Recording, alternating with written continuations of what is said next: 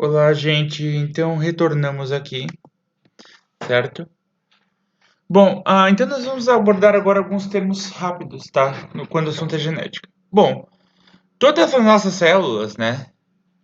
Elas são constituídas por filamentos de cromatina, que basicamente esses filamentos de cromatina, que tá aqui, né? Aqui tem um filamento de cromatina juntamente com proteínas. Elas são o quê? É o nosso DNA que, né? Juntamente os filamentos de nosso DNA com algumas proteínas. Certo? Sendo que durante a divisão celular, essas proteínas, juntamente com o nosso DNA, né, na dupla hélice, ela vai se enrolando sobre si mesma e cria os cromossomos. É nesses cromossomos que estão guardados os nossos genes. Ou seja, partes desses nossos genes, um vem do pai, um da nossa mãe.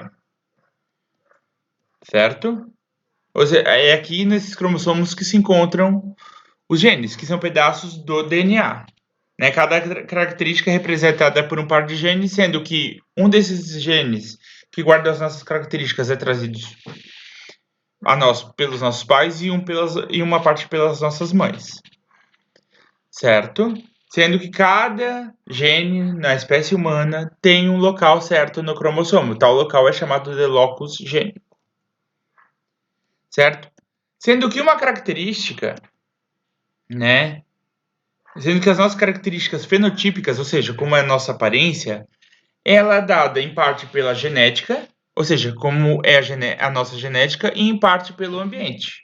Né? Então, o ambiente influencia o fenótipo de uma pessoa. O ambiente em que ele vive vai influenciar essa característica.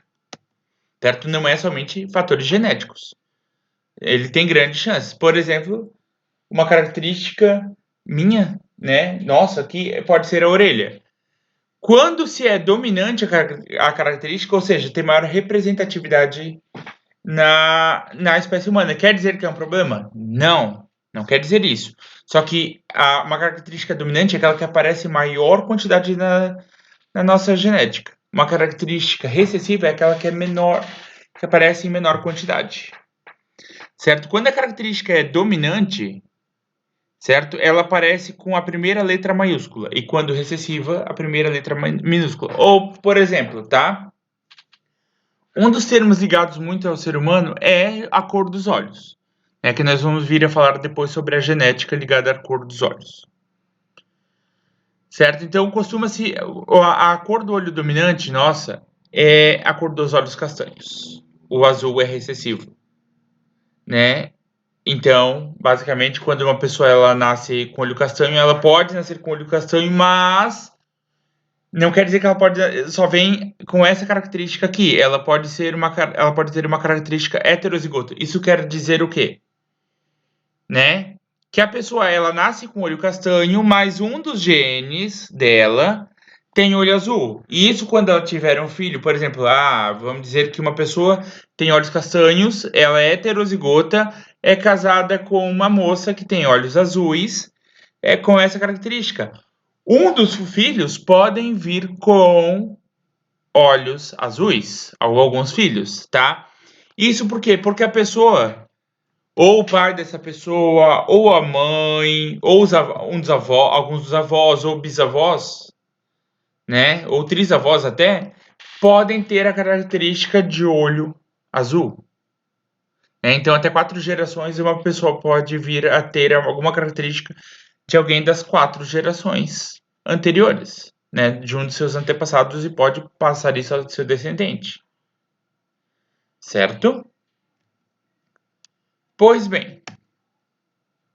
Então aqui, para a pesquisa de Mendel, o trabalho que ele escolheu foi a Pisum sativum, ou a ervilha de cheiro, né, com algumas características de fácil cultivo, né, então se cultiva até em jardins, características bem marcantes e facilmente identificáveis, né, um ciclo de vida curto, ou seja, ele pode obter várias gerações em curto período de tempo, um grande número de descendentes em cada um dos ciclos reprodutivos e reproduzindo por autofecundação, ou seja, algumas linhagens são puras, não se misturando com outras plantas, né, de outras características. Pois bem, ali Mendel fundamentou as leis dele. A primeira lei é a lei da segregação dos fatores, ou ele queria ver sobre a genética de um indivíduo, certo? Então, o que ele fez? Certo? Para explicar direitinho. Ele pegou uma semente lisa, né, onde, predominante no trabalho dele, aqui, ele viu que semente lisa era dominante na população das ervilhas, a semente rugosa era recessiva. Ou seja, e ali, ele fazendo essa geração F1, ele observou que todas as plantas nasceram com a característica de semente lisa.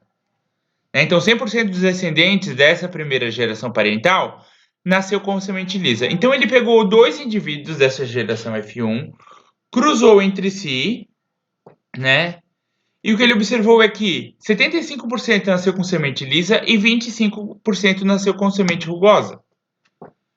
O que ele identificou, né? Então, aqui, ó, gametas femininos. Essa geração F1 aqui, ele tinha esses 2 genes. O gene para a semente lisa e o R minúsculo, que era o gene para a semente rugosa. Certo? Ele observou que essa geração F2, 75% das plantas nasceram com a semente lisa. Ou seja, nasceram R maiúsculo, 25% nasceu semente lisa total, né? 50% nasceu com semente lisa, porém tinha o gene para a semente rugosa, ele tinha guardado o gene, porém o gene não aparece.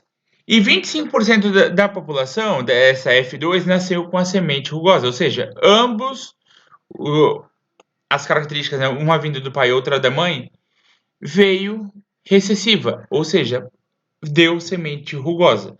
Aí começou os trabalhos de Mendel. Certo? Então a primeira lei foi a segregação dos fatores, ou seja, como é que os fatores eles se dividem durante a reprodução, né? Dentro isso nos cromossomos. E aí a gente pode optar por um trabalho, né, dessa característica, pelo trabalho da cor dos olhos. Obviamente, vai envolver uma série de genes, né, como esse HERC2, o gene GI, para olhos castanhos, verdes e azuis, e também alguns outros genótipos aí que podem vir a dar olhos castanhos e olhos verdes e olhos azuis. Mas, aí vem em termos de probabilidade, né? Qual que é a probabilidade, se termos os pais com essas cores de olhos, qual que é a probabilidade de nascer os filhos com uma outra cor de olho? Então, se ambos os pais tiverem olhos castanhos, 75% da chance do filho vir com olhos castanhos, 18,75% olhos verdes e 6,25% olhos azuis. O pai e a mãe tendo olhos verdes e castanhos, 50% olhos castanhos, 37% de probabilidade de olhos verdes e 12,5% de olhos azuis. Olhos azuis com olhos castanhos, 50% para cada tipo de olho. Obviamente, pode vir a nascer, tá? A probabilidade é bem pequena do filho vir com olhos verdes. Se ambos os pais tiverem olho verde, uma pequena probabilidade, baixíssima, menos de 1%, do filho vir com olho castanho, 75% com olhos verdes e 25% com olhos azuis. Se uma das cores dos pais tiverem olhos verdes e outro olhos azuis, 50% dos filhos vai vir com olhos verdes e outro 50% com olhos azuis. Certo? É a probabilidade dos filhos virem. E se ambos os filhos tiverem olhos azuis, sem chance de nascer com olhos castanhos, 1%, uma probabilidade bem pequena, do filho vir com olhos verdes, e 99% dos filhos podem vir com olhos azuis. Certo? Sendo que, só para elucidar, olhos castanhos é dominante na população humana. Certo? E os olhos azuis é recessivo na população, ou seja, tem menor quantidade. A mesma coisa, eu não sei se vocês estão vendo aqui o meu lóbulo da orelha. Eu tenho o lóbulo da orelha preso, ou seja, né, é uma característica recessiva na população. É algum problema? Não, não é algum problema. É uma característica minha. O certo seria a pessoa ter o lóbulo solto da orelha. Seria o certo? Não, desculpa. A maior quantidade, né, das pessoas na população humana, de modo geral, tem o lóbulo solto, essa parte de baixo da orelha, o lóbulo é solto. Né? Uma pequena quantidade é excessivo. E a mesma coisa para as mãos, né? O certo seria nós virmos, o certo não, a maior quantidade na população é a característica polidáctila, ou seja, entre 6 e 7 dedos em cada mão e em cada pé. Isso aqui, ter 5 dedos, se refere a uma característica recessiva na população, tá? Não é dominante. É uma característica recessiva, ou seja, tem maior quantidade na população humana.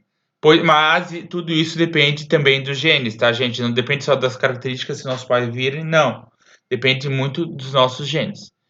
Aqui, basicamente, são heterogramas. Tá? Os heterogramas são representações das características humanas, ou seja, indivíduos com sexo masculino normalmente são quadrados. Indivíduos com sexo feminino são representados por bolas.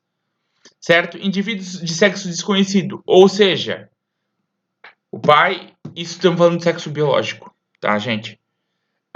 Em que ambos os pais não sabem o sexo do filho, ou seja, antes do nascimento, ele é representado por um losango. Né? Indivíduo do sexo masculino afetado por uma anomalia ou do sexo feminino, eles aparecem pintados, como aqui. Né? O 2, o 4, que são femininos, e o 7 são características, são afetados por uma certa doença, então eles são pintados. Certo? Casamento é representado por uma linha, casamento com filhos é representado por uma linha na horizontal e uma na vertical. E um casamento consanguíneo. O que significa esse casamento consanguíneo? Né?